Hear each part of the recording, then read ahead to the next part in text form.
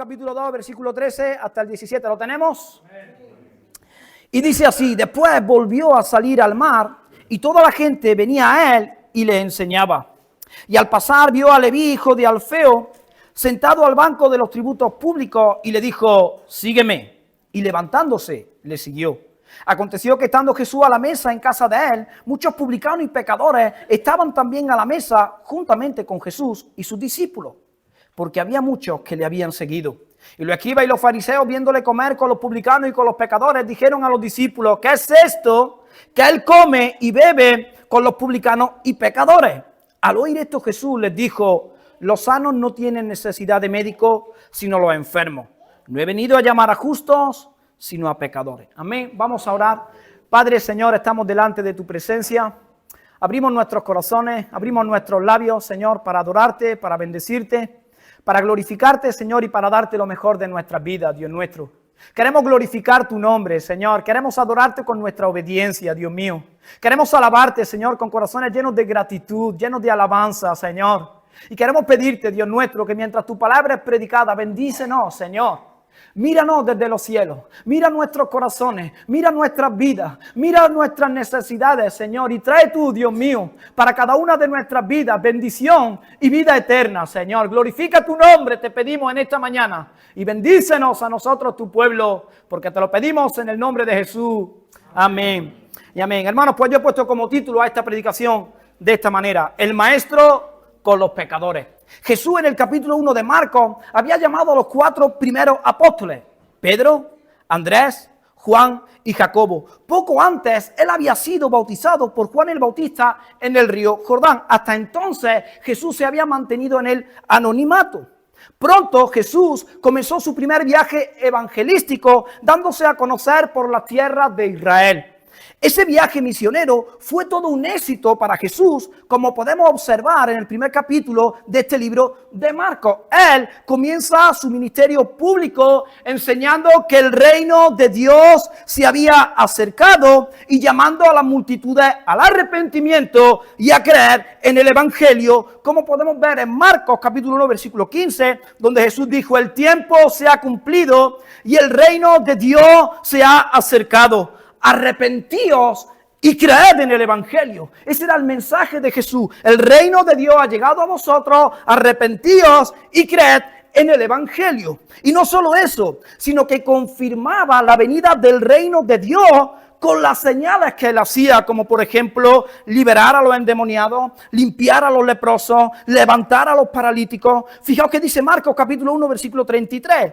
Y sanó a muchos que estaban enfermos de diversas enfermedades y echó fuera muchos demonios y no dejaba hablar a los demonios porque le conocían. Con Jesús el reino de Dios había llegado a la tierra y así quedó evidenciado por su primer viaje misionero, que termina en Marcos capítulo 2, donde Jesús en casa de Pedro sana a un paralítico que es traído a él en un lecho que era cargado por 4. Este paralítico recibe el perdón de sus pecados y la sanidad completa, de tal manera que sale delante de todos, toma su lecho y se va corriendo para su casa. Y en ese lugar, en la casa de Pedro, en Capernaum, todos glorifican a Dios por ese hecho. Hermano, sin alguna duda, el reino de Dios había venido. Cuando Jesús sale de la casa y se dirige hacia la orilla del mar de Galilea, todos en la casa están glorificando al Señor. Él sale, se dirige a la orilla del mar de Galilea y allí tiene un encuentro con este hombre que se llama Leví, hijo de Alfeo. Y vamos a pasar entonces a ver el primer punto. Y en este punto vamos a ver quién era Leví. ¿Quién era este hombre? El versículo 14 ya nos dice mucho acerca de Leví. Dice que estaba sentado en el banco de los tributos públicos. ¿Qué estaba haciendo allí? Pues él estaba trabajando como recaudador de impuestos.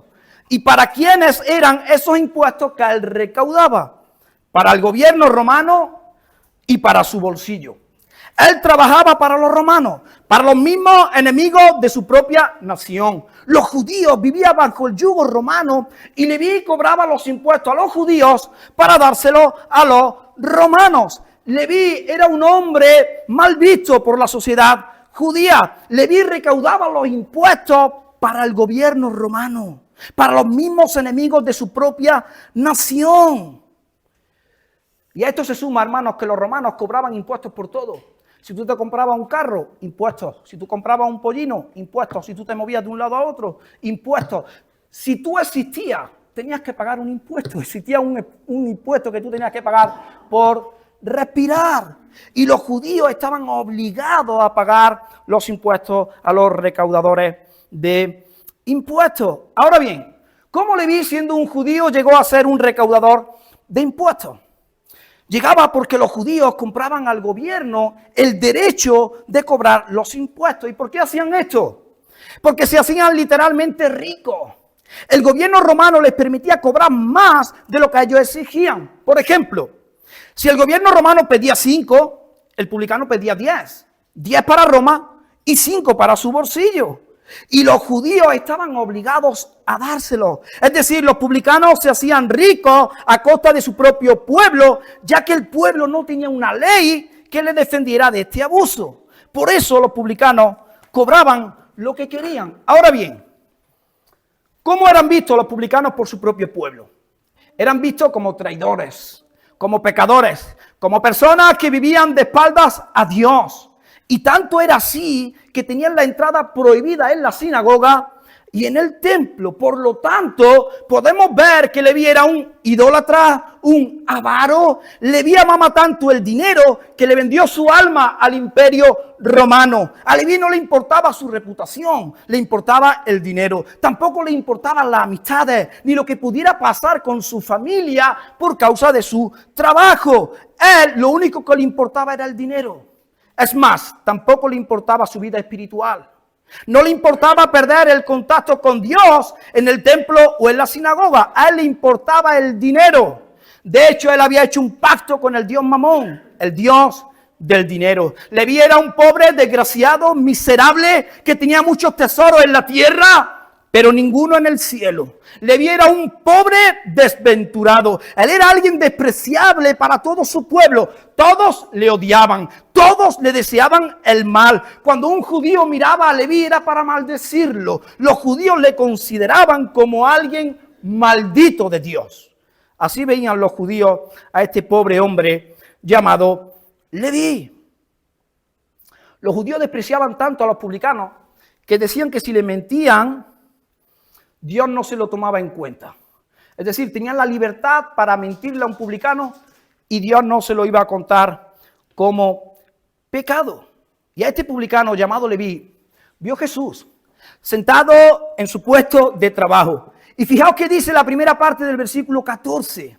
Dice que al pasar Jesús vio a Leví, hijo de Alfeo, sentado al banco de los tributos públicos. Con esto vamos a pasar a ver el segundo punto y yo lo he llamado el llamado de Leví. El llamado de Leví. Jesús, mientras caminaba por la orilla del mar de Galilea, vio a Leví. Su mirada se detuvo sobre este hombre pecador, odiado por todo el pueblo. La gente, cuando detenía sus ojos sobre este hombre, era para maldecirlo, para desearle el mal. El pueblo judío consideraba a Leví como un hombre maldito de Dios. Había un odio profundo en el corazón del pueblo judío hacia este hombre considerado como un traidor. Pero cuando Jesús le ve, hermano, la mirada de Jesús es diferente. Jesús lo mira con amor, con misericordia. Él lo mira con un corazón lleno de gracia para él. El Dios 3 veces santo tiene delante de él a un pecador y no lo consume con su ira santa, sino que derrama sobre él amor, gracia y misericordia. Bendito sea el Señor. Y para sorpresa de todo, mira lo que dice la Biblia, que Jesús le dice a Leví. Mira tu Biblia en la segunda parte del versículo 14. Jesús le dice: sígueme. Wow.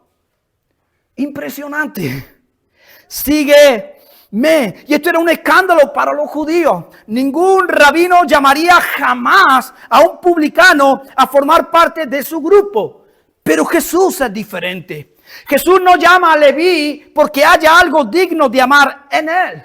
Al contrario, lo que había en Leví eran deméritos. No había nada bueno en él. Leví era un idólatra, un corrupto. Leví era un miserable con letra en mayúscula. Leví era alguien que merecía la ira de Dios y la condenación del Dios 3 veces santo al infierno por causa de sus pecados. Pero me maravilla el Señor, porque Él lo mira con una mirada de amor, de gracia, de misericordia. Lo llama y le muestra su amor. Y a pesar de Leví, Jesús lo amó y lo llamó. Bendito sea el Señor, hermano. Porque a pesar de nosotros mismos, el Señor nos mira, nos ama y nos llama para la gloria de su nombre. Para la gloria de su nombre y para el bien de nuestras vidas. Y Jesús llamó a Leví con dos propósitos. Para que le conociera, para que Leví fuera cada día más como Cristo y para que Leví se comprometiera con la obra de Dios. Para que su conocimiento acerca de Jesús fuera cada vez más profundo y a la vez su compromiso con la obra de Cristo creciera a medida que su conocimiento fuera mayor. Y Jesús lo llama para que Leví conozca a Cristo y para que Leví se comprometa con su obra, y lo llama a pesar de Leví. ¿O merecía Leví ser amado por Dios, hermano? Y nosotros, hermanos, merecemos ser amados por Dios. ¿Hay mérito en nosotros? ¿Hay?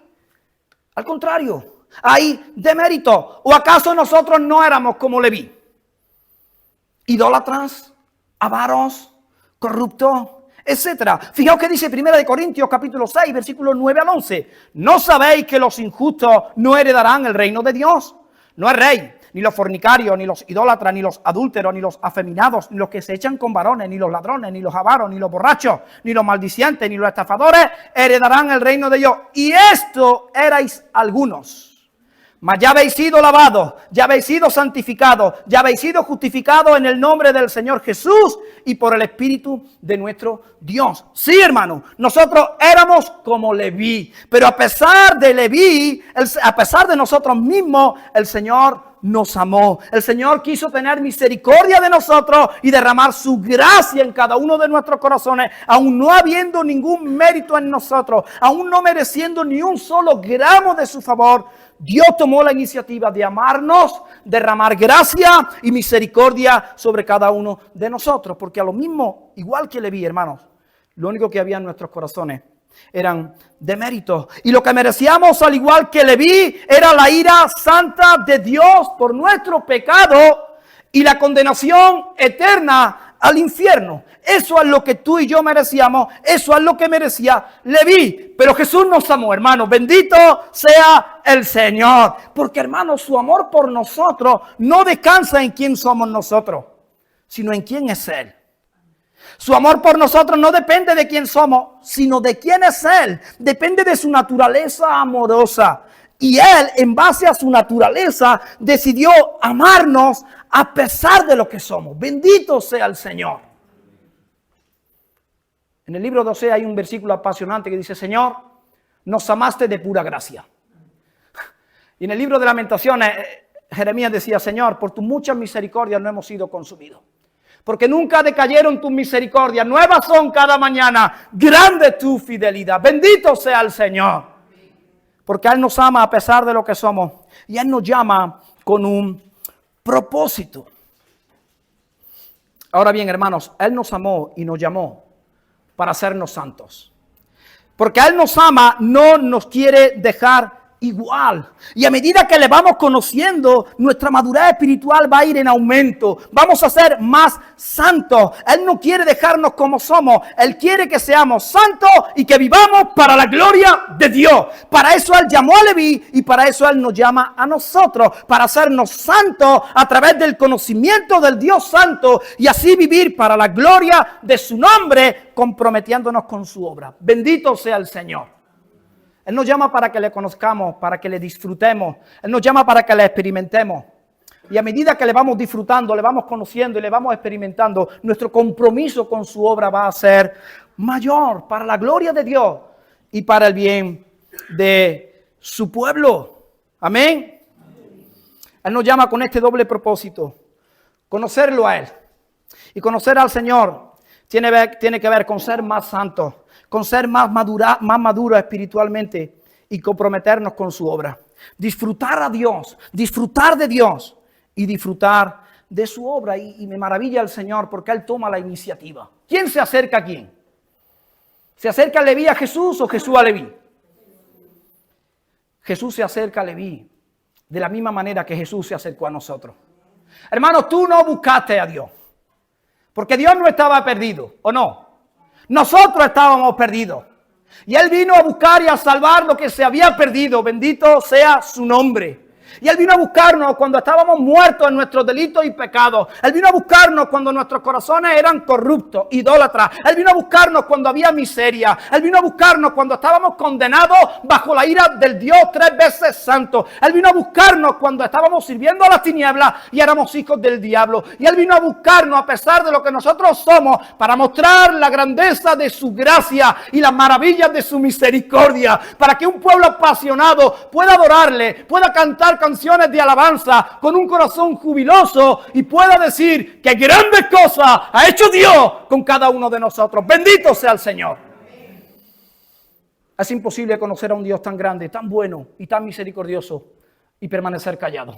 Nuestros labios se tienen que abrir, nuestros corazones se tienen que ensanchar y cantar con júbilo, con alegría y con gratitud a aquel que nos amó, a aquel que nos buscó, a aquel que nos transformó y a aquel que nos dio la vida. Bendito sea su nombre, por los siglos de los siglos. Bendito sea nuestro Señor y Salvador Jesucristo.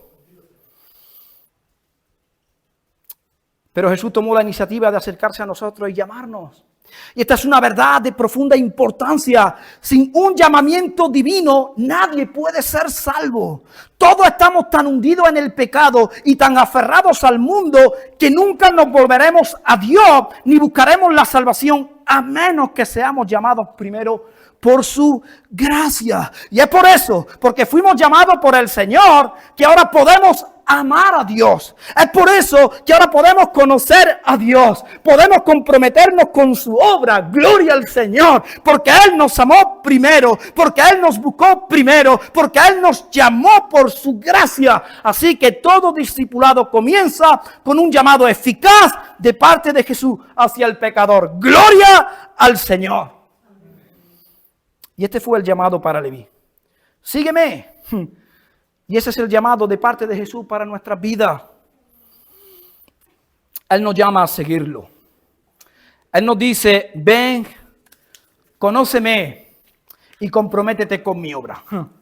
Ese es el llamado de Jesús. Y con esto vamos a pasar al tercer y último punto de la predicación. Y yo lo he llamado la respuesta de Leví. Y esto es apasionante.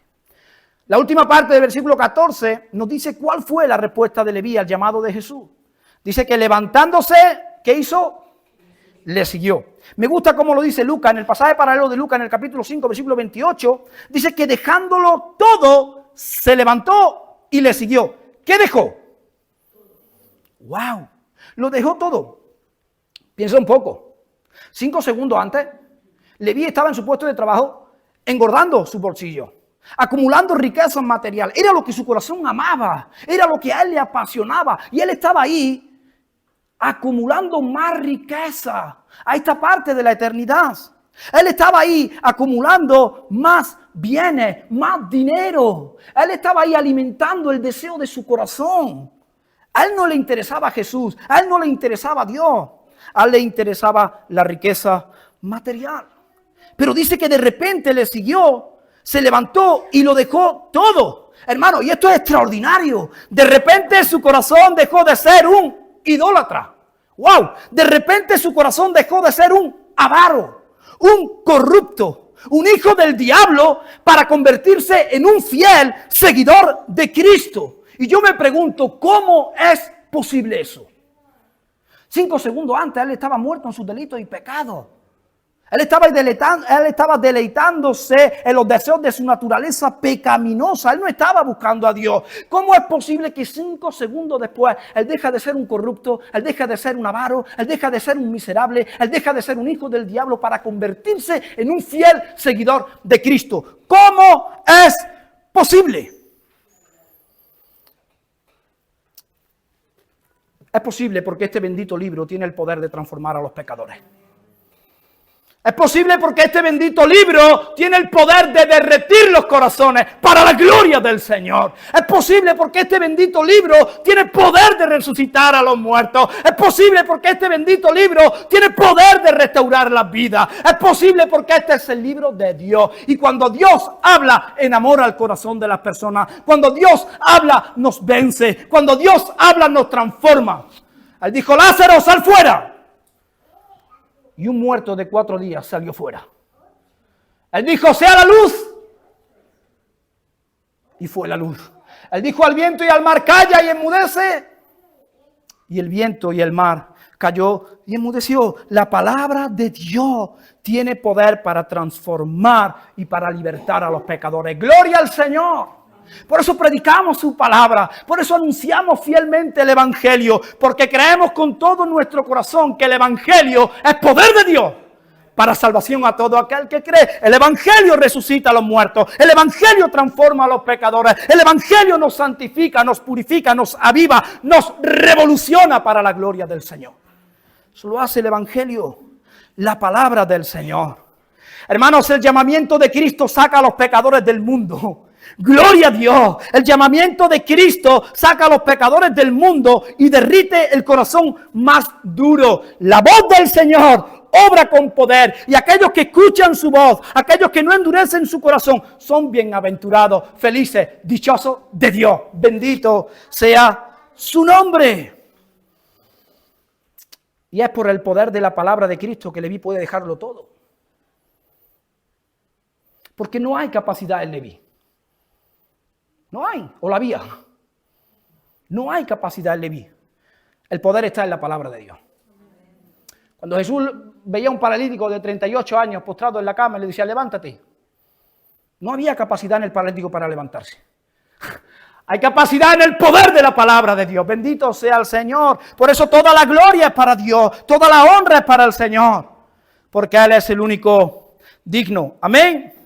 Y es por el poder de la palabra de Cristo que Leví puede dejarlo todo y obedecer al llamado de Jesús. Jesús lo atrae con fuerza todopoderosa. Jesús rompe las cadenas de sus viejos hábitos y costumbres y lo convierte en una nueva criatura. Bendito sea el Señor, hermano, porque este mismo Dios, este mismo Cristo, el Cristo que nos revela la Escritura, sigue transformando el corazón de hombres pecadores. Este mismo Cristo sigue resucitando a los muertos, aquellos que están apartados de Dios y bajo la ira de Dios por causa de sus pecados. Es el libro de Dios, es la palabra de Dios que tiene poder para transformar nuestra vida. Gloria a su nombre. Gloria a Dios. Gloria a Dios, porque Cristo sigue transformando cada uno de nuestros corazones. Él sigue rompiendo las cadenas y Él sigue convirtiendo a las personas en nuevas criaturas.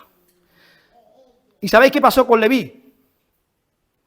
Y esto me encanta. ¿Sabéis qué pasó con Leví? Que ya no se llamaba más Leví. Ahora su nombre es Mateo. ¡Wow! Mateo, que significa regalo de Dios. Don de Dios, eso es ahora, regalo de Dios. Mateo ha tenido un encuentro con el Cristo Todopoderoso. Hermano y hermana, un encuentro con el Cristo Todopoderoso te transforma. Si tú confiesas que has tenido un encuentro con Cristo, pero tus hábitos siguen siendo los mismos, tus deseos siguen siendo los mismos, tu estilo de vida sigue siendo el mismo, tú no has tenido un encuentro con Cristo. Has tenido un encuentro con una iglesia, has tenido un encuentro con una religión, has tenido un encuentro con un pastor, pero con el Cristo que nos dice la Biblia no, porque este lo que toca lo transforma para la gloria del Señor, este lo que toca lo liberta para la gloria del Señor, este lo que toca lo santifica para la gloria del Señor, porque nuestro Cristo es el Cristo Todopoderoso que vive y reina sobre todo el universo. Y Él transforma nuestros corazones. Y si decimos que hemos tenido un encuentro con Jesús, no podemos seguir siendo lo mismo. ¿Fue el mismo Mateo? ¿Fue el mismo después de haber tenido un encuentro con Cristo? Un encuentro con Cristo te enamora, hermano. Te enamora. Y me encanta el Señor porque Él nos llama a contemplar su gloria, a contemplar su majestad, a contemplarle a Él, a disfrutarle a Él, a saborearle a Él. Y cuando uno vive enfocado en Cristo, centrado en Cristo, uno va viendo cómo su corazón ha quedado atrapado por la gracia de Dios en el buen sentido de la palabra. Jesús nos ha seducido, nos ha enamorado, nos ha apasionado. Este es el Cristo que nos revela la Biblia. Él derrite nuestros corazones de tal manera que hay un enamoramiento profundo en cada uno de nosotros. Eso pasó con Mateo. Se enamoró del Señor y dejó su antigua vida para nunca más volver. Los publicanos, cuando dejaban su trabajo, lo dejaban para siempre. Los romanos ya no le permitían volver. No eran como los pescadores. Los discípulos que eran pescadores, si dejaban la pesca, podían volver. De hecho, volvieron algunos de ellos. Pero tuvieron un encuentro con el Cristo resucitado y el Señor les volvió al camino. Ahora Mateo es una nueva criatura en Cristo. Gloria a Dios. Su vida vieja la dejó atrás por Cristo. Mateo ha muerto al pecado para vivir a la justicia. Ya no le importa el dinero. Ya no era un idólatra ni un avaro. Todo eso lo dejó por el incomparable valor de conocer a Jesús. Gloria al Señor. De la misma manera que para Pablo todo era basura comparado con Cristo, también lo era ahora para Mateo. Fíjate lo que dice Filipenses capítulo 3, versículos 4 y 8. Decía Pablo, aunque yo tengo también de qué confiar en la carne. Si alguno piensa que tiene que confiar en la carne, yo más, circuncidado al 8º día, del linaje de Israel, de la tribu de Benjamín, hebreos de hebreos, en cuanto a la ley, fariseo, en cuanto a celo, perseguidor de la iglesia, en cuanto a la justicia que es en la ley, irreprensible. Pero cuántas cosas eran para mi ganancia. Las he estimado como pérdida por amor de Cristo. Y ciertamente aún estimo todas las cosas como pérdida por la excelencia del conocimiento de Cristo Jesús, mi Señor, por amor del cual lo he perdido todo y lo tengo por basura para ganar a Cristo. Gloria al Señor. Mateo fue conquistado por la gloria de Cristo. Mateo fue conquistado por la belleza de Cristo. Mateo fue conquistado por el poder de Cristo. Fue cautivado por el llamado de Jesús. Ya nunca más sería el mismo. Cristo lo transformó. Cristo lo atrapó en el buen sentido de la palabra. Hermano, esto es lo que hace el Evangelio. Wow, el Evangelio te enamora, te apasiona, te atrapa en el buen sentido de la palabra. Y sin pensarlo 2 veces, lo dejó todo por Jesús para nunca más volver a ser el mismo. Mateo lo dejó todo, ¿no es verdad? Pero él no perdió. Él ganó. Él ganó. Había encontrado al tesoro más precioso de todo el universo, Jesús. Él había encontrado la perla de gran precio, Jesús. Mateo dejó riquezas temporales para ganar riqueza eterna. Lo dejó todo para ganar el tesoro del cielo, donde ladrón no minan ni hurta y donde ni la polilla ni el orín corrompen. Y a esto, hermanos, se le llama conversión. Estamos ante un nuevo hombre transformado por el poder de Cristo. ¡Wow! Mateo fue un apóstol. Y tenemos un libro suyo en la Escritura, el primer evangelio, el Evangelio de Mateo. Y es extraordinario pensar, hermanos, y ver cómo un hombre tan odiado por los judíos escribe su evangelio dirigido hacia los judíos. ¡Wow! Es extraordinario ver cómo Dios obra y cómo Dios cambia y transforma las cosas. Pero Mateo respondió de forma positiva al llamado de Jesús. Mateo no fue una marioneta en las manos del Señor. Él responsablemente, libremente decidió obedecer y abrazar el llamado y el propósito con el que Jesús lo llamó. Hermano, ¿y nosotros? ¿Cómo vas a responder tú a su llamado? ¿Cómo voy a responder yo al llamado del Señor? Ahora, ¿a qué somos llamados? Somos llamados a conocer a Dios, a disfrutar a Dios, a ser más como Jesús y a comprometernos con su obra. Y para ello, hermanos, ¿también es necesario que lo dejemos todo como Mateo? ¿Es necesario que lo dejemos todo como lo dejó Mateo? Por supuesto que sí. Fijaos que dice Lucas capítulo 14, versículo 33. Así pues, escuchad, cualquiera de vosotros que no renuncie a todo lo que posee, no puede ser mi discípulo. ¡Wow! Lo leo de nuevo. Así pues, cualquiera de vosotros que no renuncia a todo lo que posee, no puede ser mi discípulo. ¿Significa esto que tenemos que deshacernos de todo lo que tenemos? Familia, casa, trabajo, etcétera. Por supuesto que no.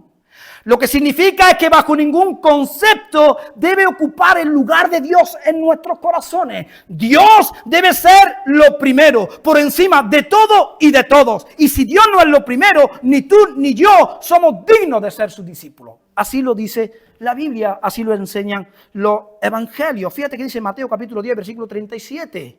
El que ama padre o madre más que a mí, no es digno de mí. El que ama hijo o hija más que a mí, no es digno de mí. Hermano, Dios es o todo o nada. O el primero, o el primero, o el primero. No hay otra alternativa. Si Dios no es el primero, no somos dignos de ser llamados sus discípulos. Fíjate lo que dice Mateo capítulo 10, versículos 38 y 39. Y el que no toma su cruz y sigue en pos de mí, no es digno de mí. El que haya su vida, la perderá. Y el que pierde su vida por causa de mí, la hallará. Fijaos que dice también Mateo 16, 24. Entonces Jesús dijo a sus discípulos, si alguno quiere venir en pos de mí, niéguese a sí mismo. Y tome su cruz y sígame. Hermanos, la religiosidad con el Señor no vale. Es o todo o nada. Así de claro, así de radical. O el primero, o el primero, o el primero. O todo o nada. La religiosidad con el Señor no vale. Dios quiere a su pueblo para Él.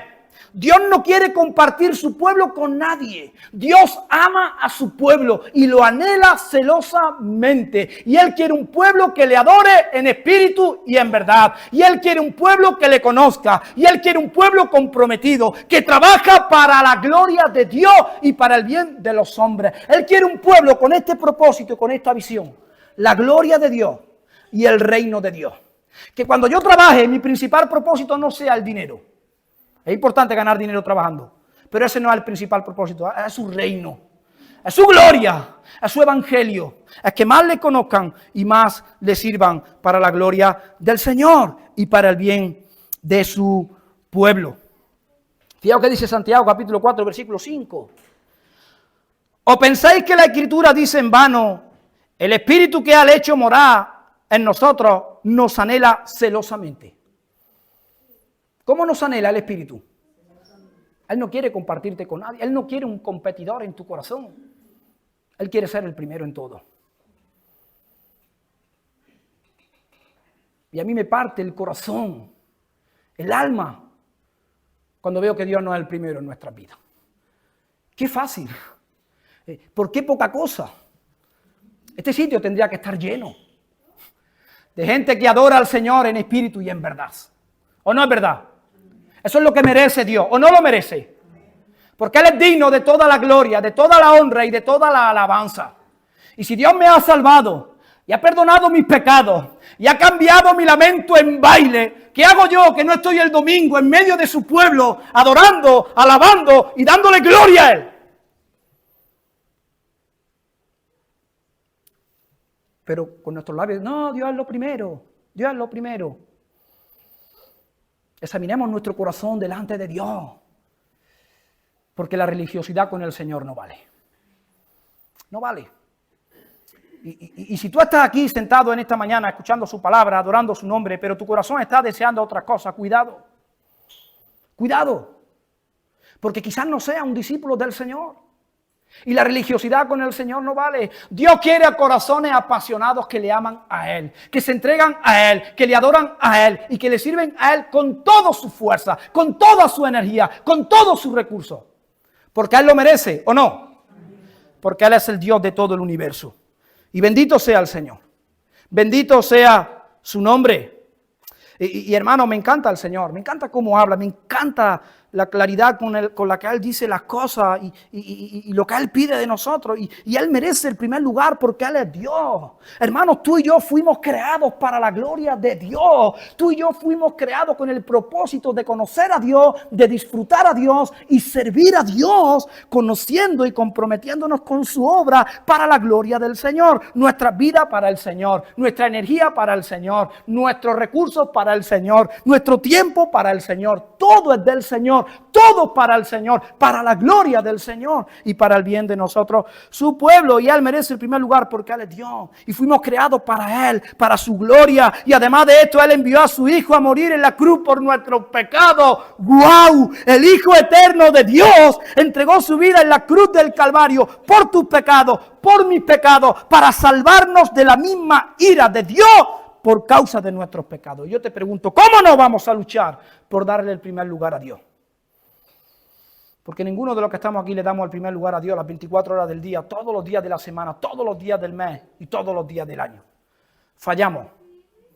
Pero en nuestro corazón está la intención de que el Señor sea lo primero. Y luchamos contra el pecado, y luchamos contra la idolatría, y luchamos contra mil historias y contra los deseos de nuestro corazón, porque no queremos deshonrar a nuestro Dios. Y seguimos fallando. Pero queremos obedecer al Señor, no de forma perfecta. Nadie obedece de forma perfecta. Solo Jesús obedeció de forma perfecta. Por eso Él puede salvarnos. Pero sí queremos obedecerle de forma sincera. Lo que menos queremos es deshonrarle a Él. Él hacer lo malo delante de sus ojos y desagradar a Él. Y hermano, podemos pensar viendo todo lo que nos pide el Señor y preguntarnos, ¿y entonces quién podrá ser su discípulo? Porque no podemos negar que las exigencias son muy altas. Lo que el Señor nos pide es mucho. Él exige mucho. Y tú y yo podemos preguntarnos, ¿y quién entonces podrá ser su discípulo? Y a esa lógica, a ese razonamiento, llegaron sus discípulos también. Al escuchar de boca de Jesús estas palabras de las que estamos hablando, mira lo que dice Mateo capítulo 19, versículos 23 y 26. Entonces Jesús dijo a sus discípulos, de cierto digo que difícilmente entrará un rico en el reino de los cielos. Sus discípulos oyendo esto se asombraron en gran manera diciendo, ¿quién pues podrá ser salvo entonces? ¿Quién pues podrá ser tu discípulo? Y mirándolo Jesús les dijo, para los hombres esto es imposible, mas para Dios todo es posible. ¡Wow! Hermanos, para los hombres es imposible darle el primer lugar a Dios, entre otras cosas, porque los hombres aborrecen a Dios. No quieren a Dios en sus vidas. Los hombres aborrecen lo que Dios ama y aman lo que Dios aborrece. No les interesa a Dios, no quieren a Dios, no les importa Dios. Pero para el cristiano es posible. Es posible porque Dios le capacita por el Espíritu Santo. Gloria a Dios. Y es el Espíritu Santo el que nos da la capacidad para luchar por darle el primer lugar a Dios. No de forma perfecta, pero sí de forma sincera. El Espíritu Santo nos equipa para pelear la buena batalla de la fe. Luchamos contra el pecado, luchamos contra el diablo, luchamos contra los demonios, fortalecidos y capacitados por el Espíritu Santo para darle el primer lugar a nuestro Dios. En cada uno de nuestros corazones. El Espíritu Santo hace que nosotros tengamos la sincera voluntad de agradar a Dios con todo nuestro corazón, sabiendo a la misma vez que eso no es posible en esta parte de la eternidad. Porque seguimos fallando, seguimos pecando, ¿o no? ¿Quién de aquí no peca? Pero de forma sincera le queremos obedecer. Fijaos que dice el apóstol Pablo en Filipenses capítulo 2, versículo 13. Porque Dios es el que en vosotros produce así el querer como el hacer por su buena voluntad. ¿Quién produce el querer? ¿Quién produce el hacer? Por su buena voluntad. Es Dios por su Espíritu quien nos capacita para derribar los ídolos que nuestro corazón quiere fabricar. Es Dios por su Espíritu. Así que guiados y fortalecidos por el Espíritu podemos caminar en la voluntad del Señor, siendo conquistados por la gloria de Cristo que nos es mostrada por el mismo Espíritu. Fíjate lo que dice Juan capítulo 16 versículo 14. Está hablando Jesús del Espíritu Santo y dice esto: Él me glorificará porque tomará de lo mío y os lo hará saber. ¿Quién glorificará a Cristo? ¿Quién nos hace saber y saborear las maravillas de Cristo, la gloria de Cristo, la belleza de Cristo? El Espíritu Santo. Así que es la obra del Espíritu la que nos capacita para hacer y desear aquello que el Señor nos pide. Gloria a Dios, hermano. En la salvación toda la gloria es para el Señor. No hay nada en lo que nosotros podamos gloriarnos.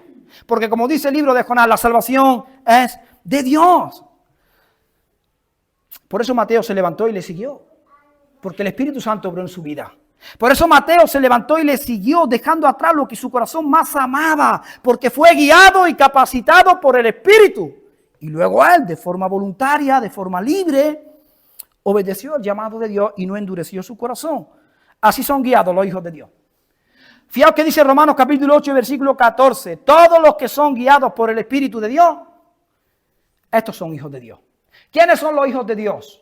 Aquellos que son guiados por el Espíritu de Dios. Hermano, y para ser guiados por el Espíritu de Dios, Dios nos ha dado recursos, medios de gracia, como es la lectura bíblica. ¿Cuánto hace que no lees la Biblia? Como es la oración, la congregación, el ayuno, la confesión. Si no echamos mano de estos medios de gracia, es imposible que seamos guiados por el Espíritu Santo. Hay un trabajo que tú y yo tenemos que hacer, es fortalecernos con los medios de gracia que Dios nos ha dejado. Y así, guiados y fortalecidos por el Espíritu Santo, podremos luchar por darle el primer lugar a Dios hasta el final de nuestras vidas, porque Dios lo merece. Dios lo merece. Entonces, ¿qué tengo que hacer yo, hermano? Hay un trabajo que tú y yo tenemos que hacer. Leer la Biblia todos los días de nuestras vidas hasta que nos muramos. Todos los días de nuestras vidas hasta que nos muramos. Venir todos los domingos sin faltar a ninguno hasta que nos muramos. Ayunar hasta que nos muramos. Confesar nuestros pecados a Dios y a los hermanos hasta que nos vayamos con el Señor. Si queremos ser guiados y fortalecidos con el Espíritu, nosotros tenemos que hacer un trabajo. Echar mano de los medios de gracia que Dios nos ha dejado. Y así fortalecidos y guiados por el Espíritu. Viviremos una vida apasionada para la gloria de Dios. No perfecta, pero sí sincera para su gloria y para el bien de su pueblo. Y así responde Mateo al llamado, dejándolo todo por Cristo. Y esto me encanta, hermano, me encanta. Yo quiero ser un imitador de Mateo. Dice que lo deja todo por Cristo y a la misma vez pone todo lo que él tiene a disposición de Cristo. Ya sus riquezas no eran de él, eran del Señor. ¡Wow! Ya sus riquezas no eran para él, eran para el Señor. ¡Gloria a Dios! Y nosotros, nuestras riquezas, nuestros bienes, lo que nosotros tengamos debe ser para el Señor. De hecho, son del Señor. Y debemos ponerlo a su servicio para la gloria de su nombre. ¿Y qué le prepara Mateo? Una comida en la casa del Señor. ¿Y de qué nos habla eso? De comunión. Eso quiere Dios con nosotros, tener comunión. Que disfrutemos de su presencia, de su buena compañía. Ser ministrados por el Espíritu. Pero dice que Mateo trajo también a otros para que escucharan el Evangelio. ¿Te das cuenta? Mateo disfrutaba de la comunión de Dios. Y al mismo tiempo él se comprometió con su obra. Trajo a otros para que escucharan el Evangelio de Dios, para la gloria de Dios y para el bien de aquellos que creen en su nombre y se arrepienten de sus pecados. Dice el versículo 15 y 16, aconteció que estando Jesús a la mesa en casa de él, muchos publicanos y pecadores estaban también a la mesa juntamente con Jesús y sus discípulos, porque había muchos que le habían seguido. Hermanos, sirvamos al Señor con nuestros bienes. Amén. Conozcamos a Dios y pongamos todo a su servicio. Todo, nuestro tiempo, nuestra energía, nuestro dinero, nuestro cuerpo, nuestra vida, hasta que nos vayamos con el Señor. Que seamos guerreros apasionados que viven para la gloria de Dios. Y que con corazones sinceros les sirvamos y traigamos a otros que conozcan a Cristo y que su reino se extienda en la tierra. Y allí mientras cenaban, estamos terminando, estaban los escribas y los fariseos, los santurrones, y ellos acusaban a Jesús: ¿por qué come y bebe vuestro maestro con pecadores y con publicanos? Eso no está bien, eso es una inmundicia, eso es abominable para Dios. ¡Wow! Increíble. Y Jesús les dice: los sanos no tienen necesidad de médico. Yo no he venido a llamar a justos, he venido a llamar a pecadores. Y estos fariseos, escribas, pensaban que los publicanos, los pecadores, eran malditos de Dios. Pero realmente no era así. Los malditos de Dios eran ellos. Eran ellos, que guardaban lo de afuera, lo externo, las apariencias, pero por dentro Jesús les dijo: vosotros sois sepulcros blanqueados, y estáis llenos de corrupción, estáis llenos de pecado, estáis llenos de miseria, laváis lo de afuera, pero por dentro estáis sucios. Y Jesús les dice: no he venido a llamar a justos, porque justos no hay. Así que yo no he venido a por vosotros. Vosotros os creéis sanos, vosotros os creéis justos. Para vosotros no es el mensaje, es para esto, es para los perdidos, para los que se saben perdidos, para los que son conscientes de su pecado. Y ahí vemos a Mateo comprometido con la obra del Señor y poniendo su vida y sus bienes al servicio del Señor. Y ese es nuestro llamado, hermano, conocer a Dios y comprometernos con su obra.